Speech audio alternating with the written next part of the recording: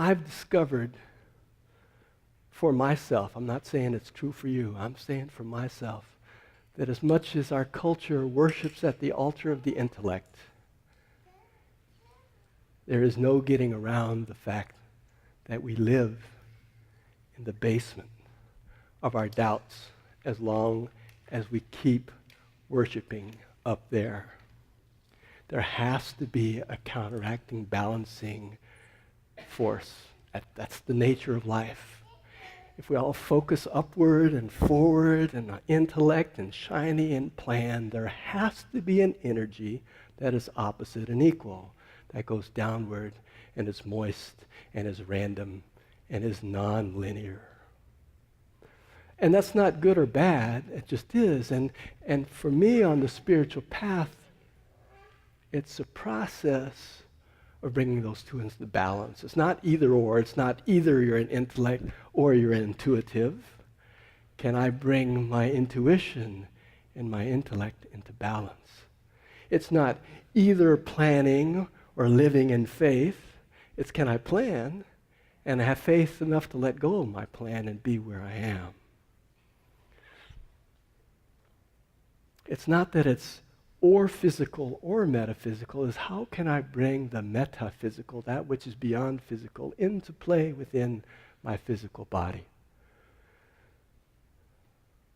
And that's part of why we're here in the mornings on Sunday, is because in a culture that 6 days a week really worships intellect and getting and the physical and the planning, we are here to plant seeds in the rich soil of ritual and poetry and art and dancing and music,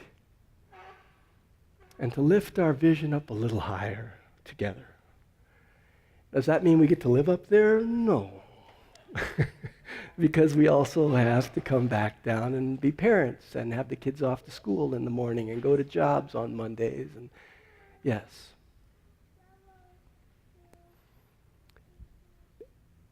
Because the path of conscious co-creation asks me to trust that I'm not alone in this process, to know that wherever the little voices come from,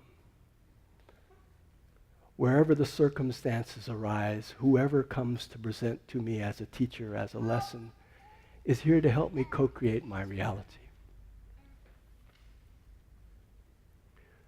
Conscious co-creation asks me to trust that it's not just me making decisions that makes things happen in the world.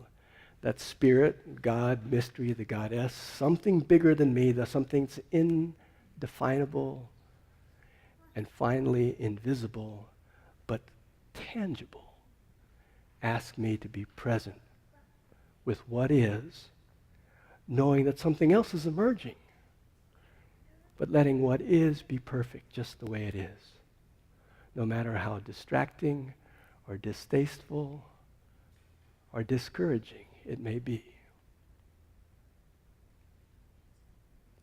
Yesterday at the King William Fair, I got to play with Kevin and Kiko.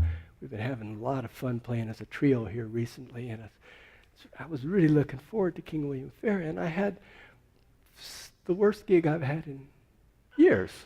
It's terrible. The sound was terrible. Couldn't find a groove.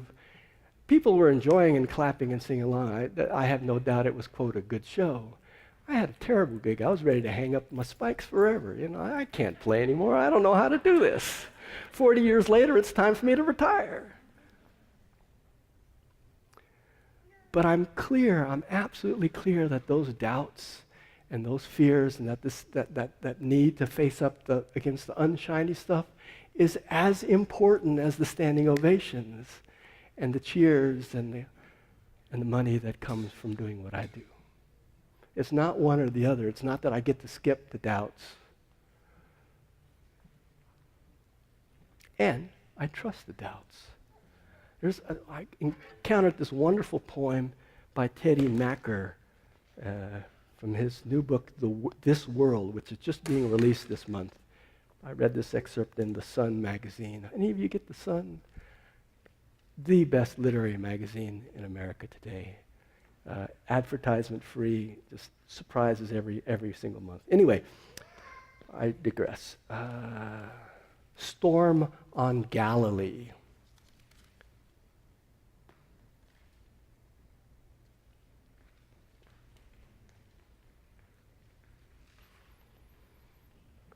Storm on Galilee. What's instructive is not that he walked on water, but that he seemed so unharassed by the possibility of complete and utter catastrophe. What a great line, huh? What's instructive is not that he walked on water, but that he seemed so unharassed by the possibility of complete and utter catastrophe. Yes, it could all fall apart, he seemed to say. Yes, the storm could turn your little ship into a sudden coffin. Yes.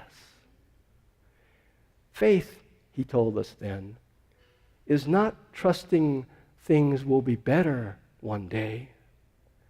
Faith is trusting that things could never be better, no matter what.